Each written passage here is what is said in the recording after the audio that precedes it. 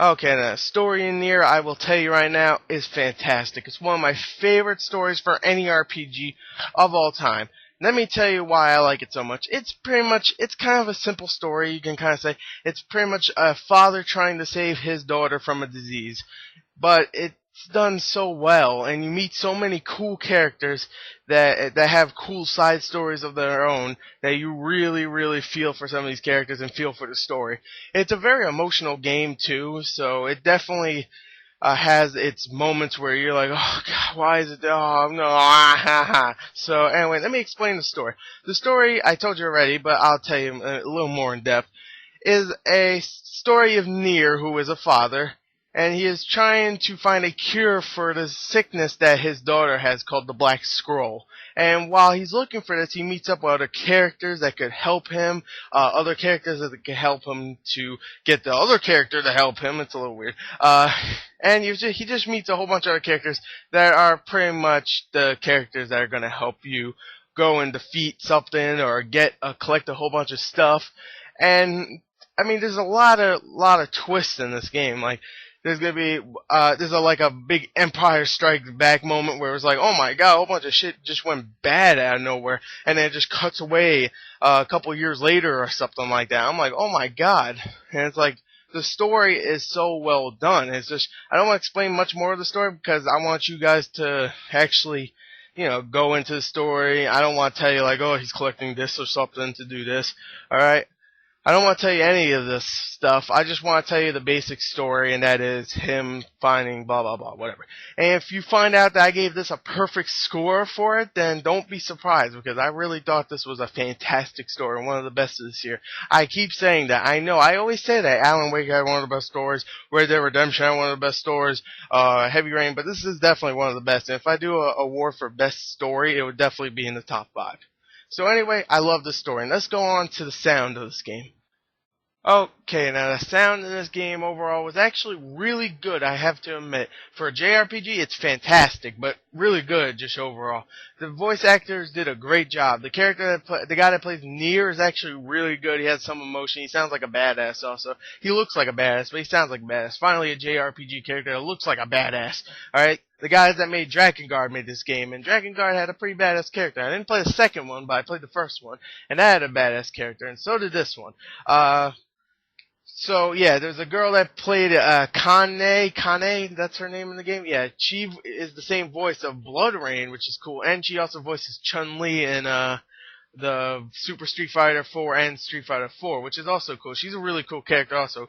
There's another a guy named I forgot his name, but he voices Grimoire Weiss. His name is Liam O'Brien. There you go, and he voices Grimoire Weiss in this game, and I really like that character. Grimoire Weiss is one of my favorite characters in this game, and he's like kind of like he's a book. I'll just tell you right now, he's a book. I didn't talk about much in the story. I don't really want to, really.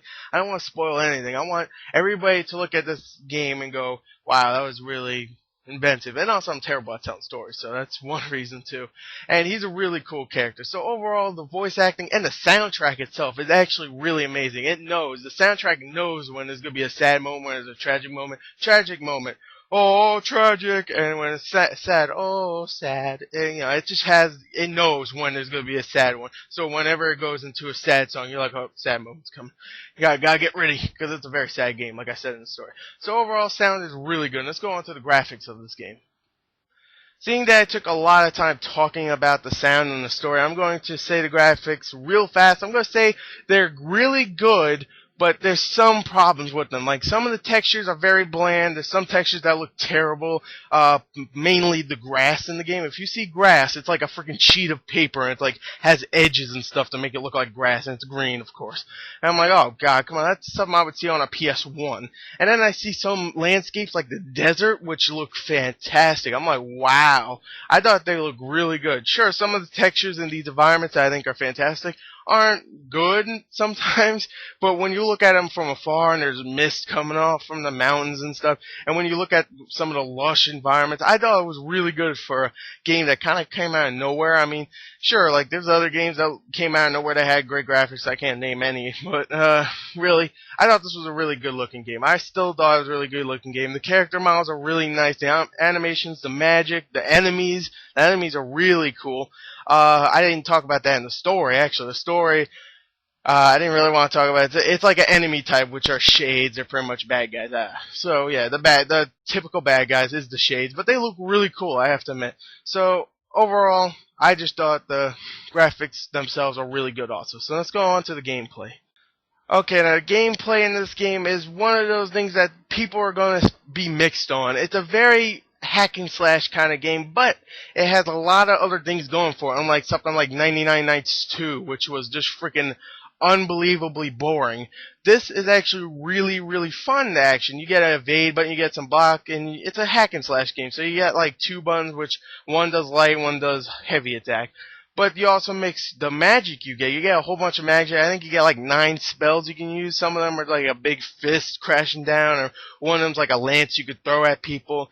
One's like just a kind of like a somewhat of a machine gun thing. You just go boop boop boop boop boop boop boop and just like throw big projectiles at people, and it's really really cool. The magic's really cool, and there's also a really cool thing in this.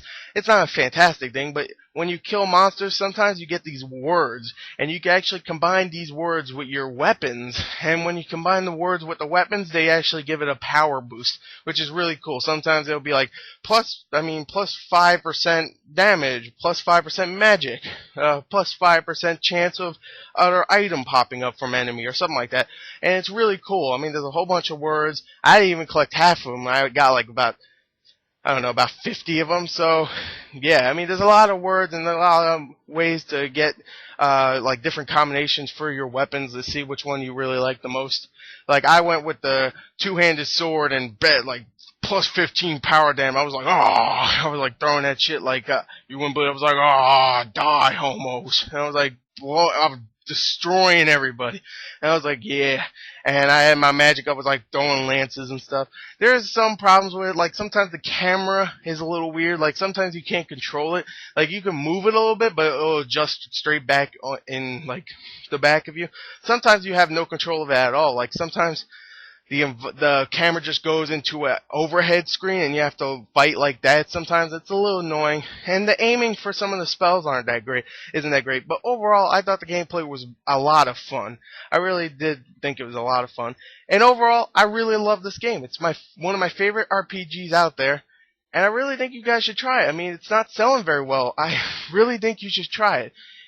Yeah, that's all I really got to say. I really, really love this game. I did. And I know another game I love this year. It's definitely on my top 10 of favorite games this year.